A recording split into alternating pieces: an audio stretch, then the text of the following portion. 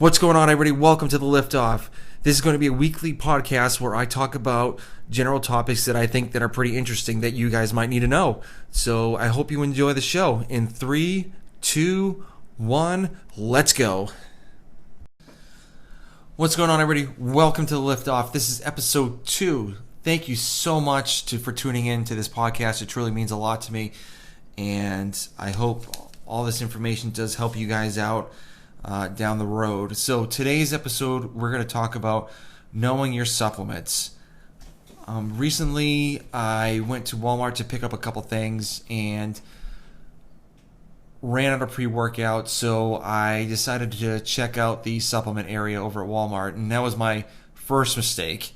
So I decided to look at the ProSupps Mr. Hyde pre-workout, and I have used it before, and I have no issues with it. Felt pretty good on it, and I decided to check it out and see if this is still pretty good. So one morning, right before I went to the gym, I decided to just take a little breather, and I read the back of the canister, and it said, "Warning for California residents. Consuming this product can expose you to lead, which is known to the state of California to cause cancer and birth defects or other reproductive harm.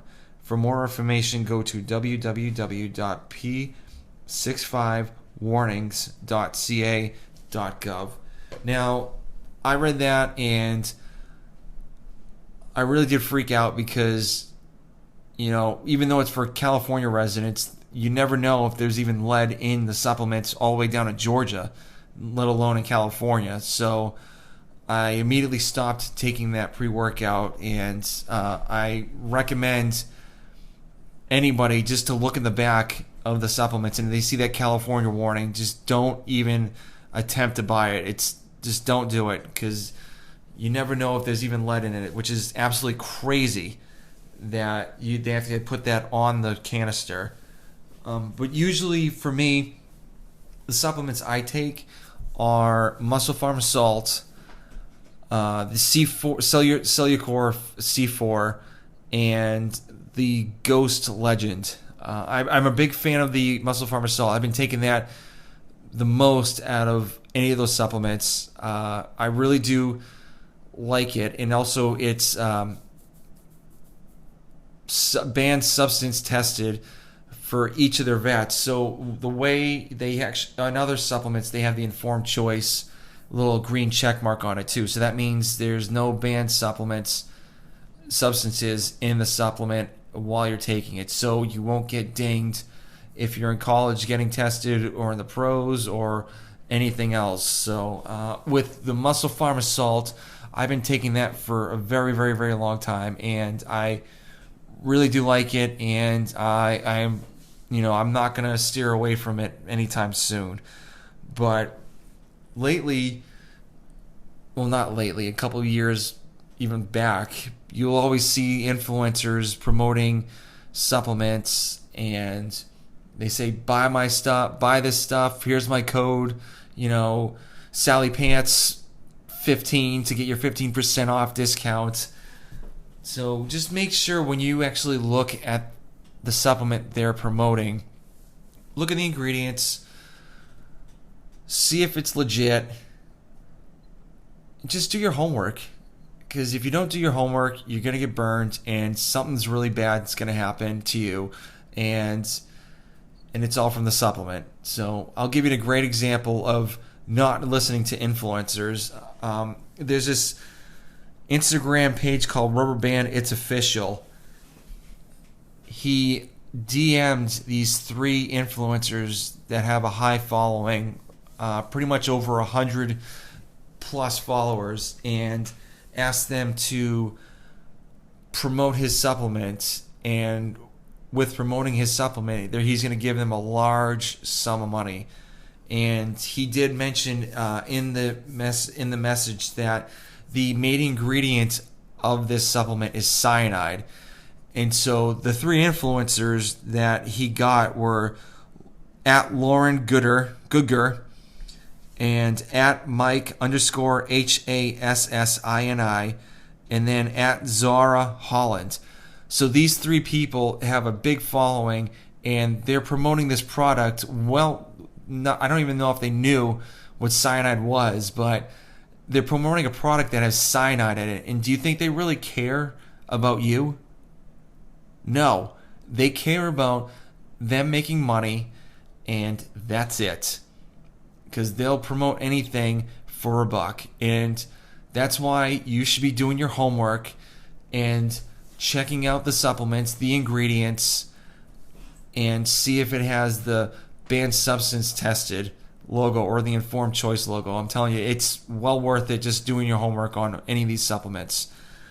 I do have some listener questions. Yes, so last week on my Insta stories, I actually put a question poll on my Insta story, and you guys flooded it, which was awesome. So I have 4 questions. 2 of them are pretty much in the same realm, so I'll put both of those the people's Instagram handles together and just talk to about their question. But the first Instagram handle is at the Super Mario.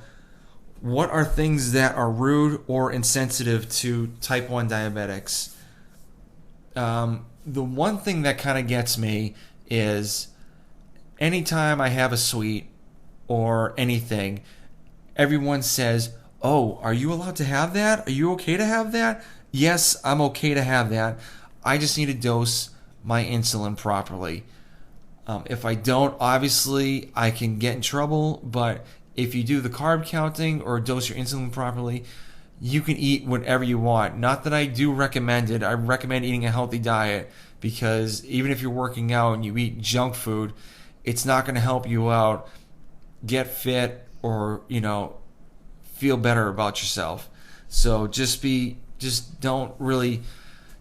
out on the sweets and, just eat it sparingly. I always tell kids when I was working in the emergency department that since they're a type 1 diabetic, just think of desserts for special occasions like birthdays or, the holidays or whatnot, so they don't gorge on junk food and just, see themselves back in the ICU because they're in DKA. So, and also the other one is the misconception of type 1 diabetes and type 2 diabetes. A lot of people, even at my work, they don't really know the differences between the two, which is okay. I'm always welcome to learn, to show, or to tell people what the difference is between the type 2 diabetes and type 1 diabetes, because people need to know. They don't know much about diabetes, which is fine, but if they want to learn, I am willing to, talk to them, let them know what the feelings that I feel when I'm low or high, or what I usually do for when I eat, or pretty much anything. Any questions they have, I usually, let them know what my experiences are. Once again, I'm only been a diabetic for 4 years, so I'm still relatively new to diabetes, but I'm always learning, and just wanted to educate people that we can do cool things even though we have this disease, and we can't eat whatever we want. So the next question we have is at CrossFit _hunting. What time do I wake up? I typically wake up on Mondays, Wednesdays, and Fridays about 5 a.m. because I usually get to the gym at 6 a.m. in the morning. I can't do afternoon workouts because I have two little kids under the age of 4. So, and it's not fair for my wife when she's watching the kids all the time, and then I get out of work and go to the gym and then come back just for dinner and only see the kids for 2 hours or whatnot. So I guess why I usually do my workouts in the morning. And then the days that I'm not working out is usually Tuesdays and Thursdays. I usually wake up at 6. If I think I need to get a little bit more sleep, I'll usually sleep to like 6:30. But lately, my 4-year-old son's been waking up at crazy hours of the night trying to see if he can go downstairs and watch TV. But I always tell him no and get back to bed.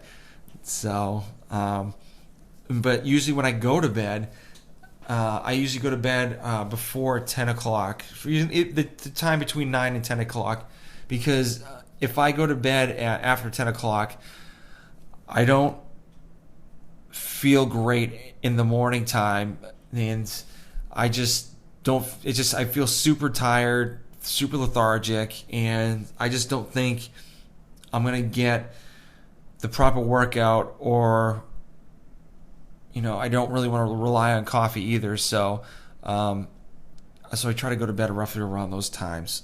So the other questions I have are kind of the same ones. They're at the Instagram handle is at SIGNE_Harris, and this is a really good Instagram handle, I think, at Mighty Morphin Watermelon. So pretty much they asked, what can they prevent? How can they prevent highs during workouts? For me, I do get spikes in my sugars when I work out, but I think that's due to the fact of you're working out high intensity, your body's stressed out from lifting weights, so all your hormones are kicking into like the fight or flight mode, so which causes your blood sugar to rise a little bit.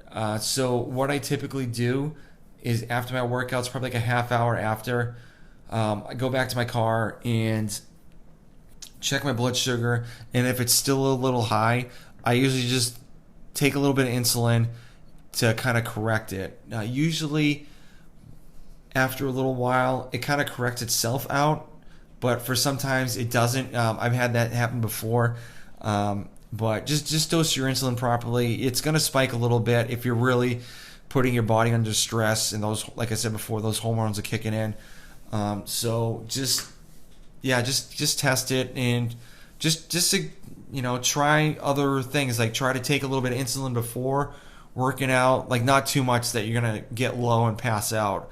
But everybody's different, so just try the after workout. Just take a couple units of insulin, see if that works, and if not, you kind of talk to your doctor about it too. We'll just go from there. So thank you very much for listening into the Liftoff episode 2. I really do appreciate it. If you have any more questions for me, love to help out. So you can hit me up on Instagram at Type1Lifting, or you can. My email address is type1lifting@gmail.com. So if you have any questions, I'd love to put it on the show, and just let me know. And also, if you want to check out my t-shirt line that I have, the proceeds of these shirts go to the Children's Diabetes Foundation. You can go to type1lifting.com as well. So thank you guys for tuning in again, and I hope you have a great day. What's going on, everybody? Welcome to the Liftoff. This is going to be a weekly podcast where I talk about general topics that I think that are pretty interesting that you guys might need to know. So I hope you enjoy the show. In 3, 2, 1, let's go.